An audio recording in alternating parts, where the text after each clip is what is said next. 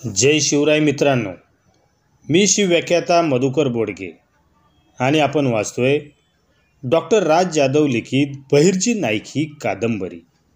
कथेचे निवेदक आहेत छत्रपती संभाजी महाराज. जन्माने राजपुत्र, पदाने छत्रपती आणि मनाने कवी असलो तरी बोलणे हा आमचा पिंड नव्हे. स्वतःबद्दल बोलणे तर नव्हेच नव्हे. आबासाहेबांचे कुठले गुण आमच्या अंगी आले असतील नसतील, परंतु त्याच्यातील एक गुण आमच्या अंगी नक्कीच आला आहे. स्वतःला सिद्ध करायचे ते बोलून नव्हे तर कर्तृत्वाने. आजीवन आम्ही तोच प्रयत्न केला, अगदी शेवटच्या श्वासापर्यंत केला. शिवपुत्र म्हणून लाभलेले भाग्य आणि त्यासोबत आलेली प्रचंड मोठी जिम्मेदारी आम्ही वाहून नेण्याचा अविरत प्रयत्न केला. त्यातच आमचा अंत झाला तरीही आम्ही मागे हटलो नाही. आबासाहेबांच्या दैवी पाऊलखुणा जपण्यासाठी तलवारीच्या धारधार पात्याने आम्ही इतिहास घडवला.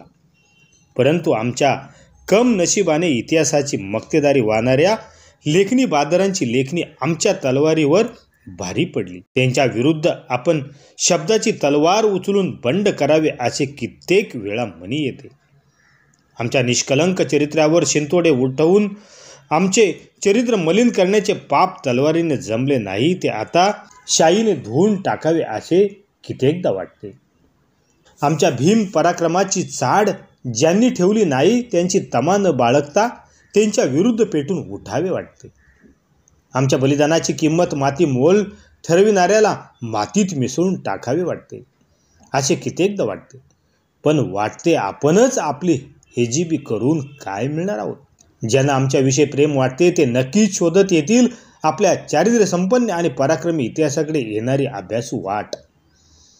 ते ठरवतील आम्ही चरित्रहीन होतो की चारित्र्यवान, आम्ही विवेकशील पराक्रमी होतो की नुसता डोक्यात राग घालून घेऊन विनाकारण गजब मांडणारे. आम्ही आमच्या आबासाहेबांना प्राणाहून प्रिय होतो की डोळ्यापुढे नको असणारे अप्रिय पुत्र. आम्ही स्वराज्य रक्षक होतो की स्वराज्य घातकी. परंतु दुसऱ्या क्षणी मनात येते की आपली उजळती वाट इतरांना शोधायला लावणे आपल्या मार्गी अंधार पेरणे होईल. मग वाटते आपणच बोलावे. आम्ही आज का बोलतो आहोत, का बोलणार आहोत, कोण वजेने आज आम्ही इथे आलो आहोत. आज आम्ही इथे आलो आहोत ते धन्यवाद बोलण्यासाठी, मनापासून आभार व्यक्त करण्यासाठी. आज आम्ही आभार मानणार आहोत आमच्या स्वराज्याचे पहिले आणि एकमेव गुप्त प्रमुख बहिर्जी नाईक यांचे, आमच्या बहिर्जी काकांचे. राज्याभिषेक समय छत्रपती आबासाहेब गरजूंना दान वाटत होते. फकीरांच्या रांगेत उभ्या फकीराच्या वेशात असलेल्या बहिर्जी काकांची ओळख पटली तेव्हा आबासाहेबांनी कसलीही पर्वा न करता त्यांना घट्ट मिठी मारली. आबासाहेबांना तेवढे भावूक होताना आम्ही क्वचित वेळी पाहिले आहे. जेव्हा आम्ही आबासाहेबांना ते बहिर्जी काका होते ना असे विचारले तेव्हा आबासाहेबांच्या तोंडून निघालेला उद्गार आम्हास आजही आठवतात. शंभूराजे जिंकलात. आलम हिंदुस्थानात बहिर्जीला ओळखणारे डोळे आमच्या आणि आऊसाहेबांच्या व्यतिरिक्त फक्त तुमच्याकडे आहेत. जिंकलात शंभूराजे जिंकलात, या एका वाक्यात बहिर्जी काकांची महती लपलेली आहे. का ओळखणार नव्हतो आम्ही बहिर्जी काकांना? आबासाहेबांचीच तर शिकवण होती. शंभू बाळ, माणसं ओळखायची ती त्यांचा चेहरा बघून नव्हे तर त्यांचे डोळे बघून. माणसं रंग रूप बदलतात, वेळ येईल तसे पेहराव बदलतात, चेहरा सुद्धा बदलतो, परंतु डोळे कधीच बदलत नाहीत. आम्ही आयुष्यभर तेच तर केले होते. डोळे वाचून माणसं पारखीत आलो होतो. काही माणसे आमच्या डोळ्यांनाच पारखी झाली, त्यांना मात्र आम्ही कधीच ओळखू शकलो नाही. बहिर्जी काकांना फक्त डोळे वाचून आम्ही ओळखत होतो का? नाही. आम्ही बहिर्जी काकांना विसरूच शकत नव्हतो. कसे विसरणार होतो आम्ही त्यांना? आमच्या आयुष्यात आम्हाला पारखी झालेली, आमच्या विरुद्ध कट केलेली, आमच्या चरित्र्यावर शिंतोडे उडून आमचे चरित्र मलिन करू पाहणारी, आम्हाला आमच्या आबासाहेबांपासून दूर करू पाहणारी, सिंहासन आमच्या पचनी पडू न देणारी, आमचे अहित चिंतणारी, दौलतीच्या लालसेपोटी बेईमान होऊन आमच्यावर उलटलेली, प्रसंगी आमच्या जीवावर उठून शत्रूला सामील झालेले माणसे मोजू म्हटल्याने मोजता येणार नाहीत. परंतु आमच्या हितासाठी झटणारी, आमच्यावर जीव लावणारी, आमच्यावर प्रेम करणारी, प्रसंगी जीव द्यायला तयार असणारी, आम्हाला समजून घेणारी, बाक्या परिस्थितीत सुद्धा आमची साथ न सोडणारी माणसे मोजायला लागलो की दोन्ही हाताची बोटे कापी आहेत असेच वाटते. कोण होती अशी माणसे?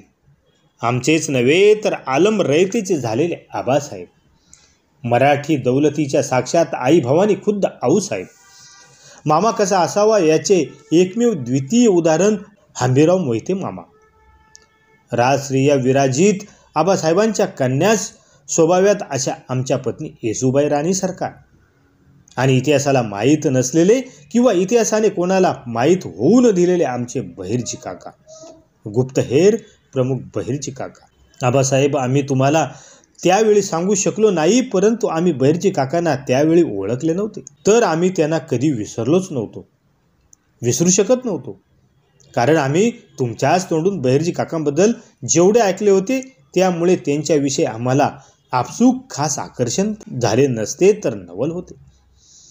मैदानात तलवार गाजवणारे, आपल्या हिमतीने शत्रूच्या छातीत धडकी भरवणारे, जीव तळ हातावर घेऊन लढणारे आणि प्रसंगी जीव देऊन सुद्धा मोहीम फत्ते करणारे अनेक महान वीर आम्ही सदर दरबारात पाहिले होते.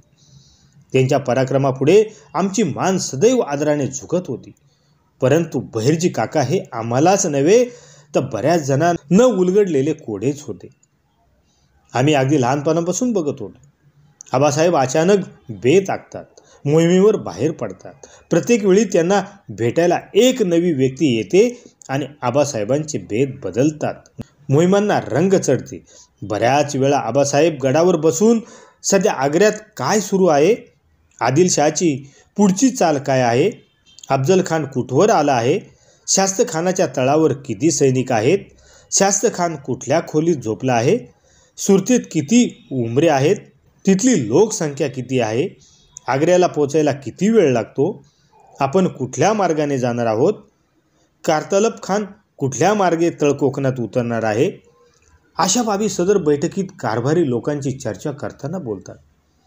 आमच्या मनात प्रत्येक वेळी प्रश्न पडे, आबासाहेब मागचे कित्येक दिवस आमच्या सोबत होते, मग त्यांनी दिल्लीच्या बादशहाचे दरबारात काय फरमान काढले हे कसे कळले, अफजल खान कुठपर्यंत आला हे कसे कळले, आदिलशहाने काल रात्री काय खाना खाला याची तब्येत आता नासूर आहे हे कसे कळले. सर्वजण म्हणतात तसे आबासाहेबांना काही जादू तर येत नसेल. आम्ही शांत थोडीच बसणार होतो. आम्ही एकदा सरळ आबासाहेबांना प्रश्न विचारला, आबासाहेब तुम्हाला खरंच जादू अवगत आहे का? तुम्ही गडावर बसून असलात तरी बाहेर हिंदुस्थानात कुठे काय चालू आहे हे तुम्हाला इतके बिनचूक कसे काय समजते? त्यावर आबासाहेब खळखळून हसले होते आणि म्हणाले होते, हो आमच्याकडे एक जादू आहे. तेव्हा आम्ही त्यांना बोललो होतो, आम्हाला बघायची आहे ती जादू.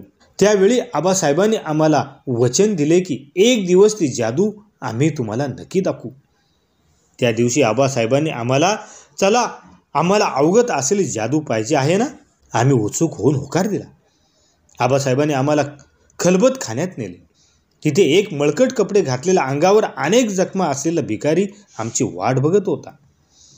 आम्हाला बघितल्यावर त्याने उठून सर्वात आधी आबासाहेबांना आणि नंतर आम्हाला त्रिवार मुजरा केला. मला त्यात रस नव्हता. मला आबासाहेबांची जादू बघायची होती. आमची शोधक नजर पाहून आबासाहेब म्हणाले. आम्ही नकारार्थी मान डोलवली. समोर बघा, तुम्हाला मुजरा करतोय. आम्ही त्या भिकाऱ्याकडे पाहिले. भिकाऱ्याने पुन्हा एकदा आम्हाला मुजरा केला. त्या दिवशी पहिल्यांदा माझी बहिर्जी काकांशी ओळख झाली होती. खरंच बहिर्जी काका चमत्कार नव्हते तर काय होते. बहिर्जी काकांविषयी सदरेत आणि गडावर दबक्या आवाजात चर्चा आम्ही कित्येक वेळा ऐकली होती. राजाने आपले अवघड काम करून घेण्यासाठी बहिर्जी नावाचा सैतान वश करून घेतला आहे ते खरेच होते. माणसासारखे हात, पाय, तोंड, बाकीचे अवयव होते म्हणून त्यांना माणूस म्हणावे इतकेच. नाहीतर त्यांचे पराक्रम माणसाला शक्य होऊ नयेत इतकेच अत्यर्क्य आणि अशक्य होते. पुढे पुरंदरचा तह झाला. आम्हास मिर्झा राजांच्या गोटात ओलीस जावे लागणार होते. आऊसाहेबांना आमची काळजी वाटत होती. त्या कचेदिल झाल्या होत्या. त्या आम्हास मिर्झा राजांच्या गोठात पाठवायला तयार होत नव्हत्या.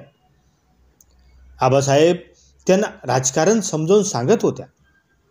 आऊसाहेब आमच्या काळजीतून मोकळ्या झाल्या त्या आबासाहेबांनी सांगितलेल्या 2 कारणांनी. खुद्द नेतोजी काका बाळराजांची सोबत करण्यासाठी आमच्यासोबत मिर्झाच्या गोठात जाणार आहे आणि दुसरी म्हणजे बहिर्जीची करडी नजर शंभू बाळावर सतत असणार आहे. त्याचे हेर तळाच्या चहूबाजूनी पसरलेले आहेत. नेतोजी काकांना आम्ही अगदी लहान होतो तेव्हापासून ओळखत होतो, परंतु ज्या बहिर्जीच्या नावावर खुद्द आऊसाहेब आमच्या काळजीतून मुक्त होतात ते बहिर्जी काका किती शूर असतील, काय जादू असेल त्यांच्याकडे. काळाने त्या सर्व प्रश्नांची उत्तरे आम्हाला तपशीलवार दिली. आबासाहेब आणि आम्ही जेव्हा आग्र्याला निघालो होतो, आमच्यासोबत आमचे चखोट 300 धारकरी असणार होते. मिर्झा राजे आमचा प्राण रक्षणासाठी वचनबद्ध होते. औरंगजेबाने आम्हाला सदिलवार खलिता धाडला होता. राजपुतांच्या शब्दाचा आणि शब्दांसाठी जीव घेणाऱ्या खुद्द कडव्या राजपुतांचा आम्हाला पाठिंबा होता, परंतु यातल्या कशावरही आऊसाहेबांचा विश्वास नव्हता. त्यांना सर्वात अधिक विश्वास होता बहिर्जी काकांवर. आणि शेवटी घडलेही तेच. बहिर्जी काकाने आऊसाहेब आणि आबासाहेब यांचा विश्वास सार्थ ठरवला. अशा बहिर्जी काकांना आम्ही कसे विसरणार होतो, ज्याने औरंगजेबाच्या काळदाढेतून आम्हाला बाहेर काढण्यासाठी मोलाची कामगिरी बजावली. नर्मदा पार करून आम्ही मथुरेच्या दिशेने कूच करत होतो, तेव्हा आमच्या त्रासिक चेहरा बघून बहिर्जी काकाने आम्हाला सरळ उचलून आपल्या खांद्यावर घेतले. तुम्हाला असे घेऊन आम्ही आयुष्यभर चालत राहिलो तरी कधीच थकणार नाही, असे म्हणणाऱ्या बहिर्जी काकांना आम्ही कसे विसरू शकत होतो. राजकारणाचे मुत्सदी फासे टाकण्यासाठी आबासाहेबांना मनावर दगड ठेवून आम्हाला मागे मथुरेत सोडून पुढे निघून जावे लागले. निघताना बहिर्जी काकांना आमचे वेषांतर केले. जुने सोंग टाकून नवीन सोंग घेण्याचे मर्म समजावून सांगितले. त्यावेळी आबासाहेब बहिर्जी काकांना बोलले होते, एकदा हा ससेमिरा संपला की तुम्ही शंभूराजांना सुरक्षित राजगडावर घेऊन या. आमच्या जीविताची काळजी म्हणून आबासाहेबांनी आम्हाला मागे ठेवले आणि जेव्हा ते पर्व संपले तेव्हा आम्हाला सुरक्षित आणण्याचे असेल तर ते सुद्धा जिम्मेदारी आबासाहेब फक्त बहिर्जी काकांवरच टाकणार होते. खरंच किती विश्वास होता आबासाहेबांचा आणि आऊसाहेबांचा बहिर्जी काकांवर आणि आमचा, ते सांगायला आज आम्ही इथे आलो आहोत. बहिर्जी काकाने आमच्यासाठी जे केले ते इतिहासाला माहीत नसेल किंवा माहीत असून इतिहास ते सांगू इच्छित नसेल तरी आज आम्ही मात्र ते सांगणार आहोत. इतिहास आणि त्याची मक्तेदारी वाहणारे आमच्या बाबतीत आजवर मूग गिळून गप्प बसले असतील आणि आमच्याविषयी वेगळीच गरळ ओकत असतील, परंतु आमच्या कर्मठ आणि महत्त्वाकांक्षी मनाने बंडखोरी करायचे ठरवल्यास त्याचे धाबे दणाणल्याशिवाय राहणार नाही. आजवर किती लांछन लावले गेले आमच्यावर, आमचे चरित्र डागाळून मलिन करण्याचा किती वेळा प्रयत्न झाला, किती कारासन झाले आमच्या विरोधात. आबासाहेबांच्या नजरेत आम्हाला पाडण्याची आणि सिंहासनपासून दूर ठेवण्याची किती जुरती झाल्या, परंतु का नाही पडलो आम्ही आबासाहेबांच्या नजरेत. का त्यांनी आमची साथ कधी सोडली नाही, का त्यांनी नेहमीच आम्हाला आपल्या छातीजवळ लावून ठेवले, का भुले नाहीत ते राजगडावर आणि स्वराज्यात होत असलेल्या आमच्या विरुद्धच्या कुठल्याही कुटील राजकारणाला. इतरांच्या लेखी आम्ही इतके मोठे अक्षम्य गुन्हे करणारे गुन्हेगार असताना आम्हाला आबासाहेबांनी मात्र कधीच का नाही दिली देहदंडाची एखादी कठोर शिक्षा. त्याचे कारण होते त्यांना ह्या सर्व पार असलेले सत्य माहीत होते आणि त्या सत्याचा एकमेव स्रोत होते आमचे बहिर्जी नाईक. कारण आबासाहेब कोणावरही विश्वास ठेवणारे नव्हते. त्यांचा विश्वास होता खोलात जाऊन दोस्त दुश्मनांचे भेद काढून त्यांना उघडे करणाऱ्या त्यांच्या सर्वात विश्वासू बहिर्जी नायकांवर. म्हणून आबासाहेब आम्हाला कधीच पारखे झाले नाहीत. का आभार मानायचे नाहीत आम्ही आमच्या बहिर्जी काकांचे, का त्यांना लाख लाख धन्यवाद द्यायचे नाही आम्ही गोदावरीचे आयुष्य बर्बाद केले. कमळा नावाचे पात्र आमच्या आयुष्यात खरंच आले होते का? दुधाहून सफेद आणि चंद्राहून शीतल चारित्र्य असणाऱ्या आणि चारित्र्याच्या स्तरावर ज्यांचा कोणाशीही मुकाबलाच होऊ शकत नाही अशा आबासाहेबांचे पुत्र आम्ही चारित्र्यवान नसून चारित्र्यहीन होतो का? खरंच आम्ही विवेकशून्य होतो का? आमचे कोणाशी पटत नव्हते का? आमच्या आयुष्याला लागलेली सर्वात मोठा डाग आम्ही आबासाहेबांविरुद्ध बंड करून स्वराज्याच्या जीवावर उठलेल्या दिलेरखानाला मिळालो होतो की तो एक राजकारणी डाव होता? मग इतके मोठे पाऊल उचलून सुद्धा आम्ही स्वराज्याची बेईमानी करून सुद्धा साधारण चुकांना सुद्धा माफी न करणारे, आपले परकीय न बघता कठोर शासन करणाऱ्या आबासाहेबांना आम्हाला शासन का नाही केले? त्या उपर आम्हाला प्रेमाने आपल्या छातीशी का कवटाळले? किती आरोप आहेत आमच्यावर, मोजता येत नाहीत आणि एका दमात ते सांगताही येत नाहीत.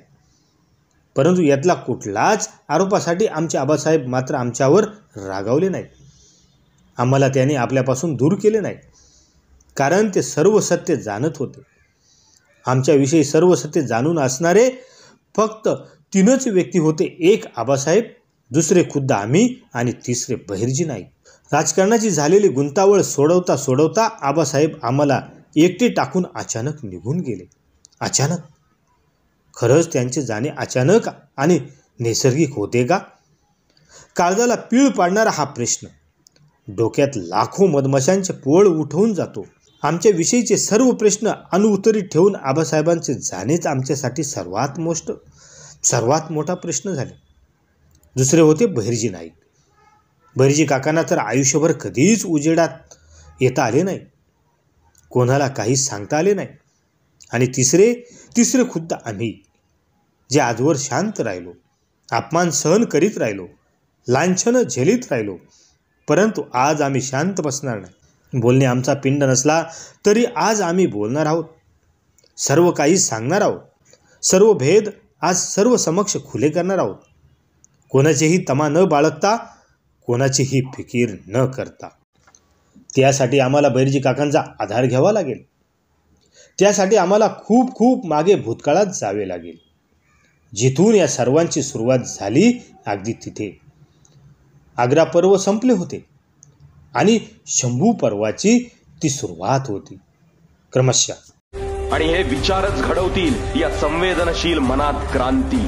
राजे आहोत आम्ही, पण हात जोडून विनंती करतो, वेळ गेलेली नाही, जागे व्हा आणि आपल्या धमन्यांमध्ये जागवा मर्द मराठ्यांचं सळसळतं रक्त. अरे कोण होते माझे मावळे? ही सर्वसामान्य जनता. मी त्यांना अभय दिलं आणि त्यांनीच स्वराज्य घडवलं.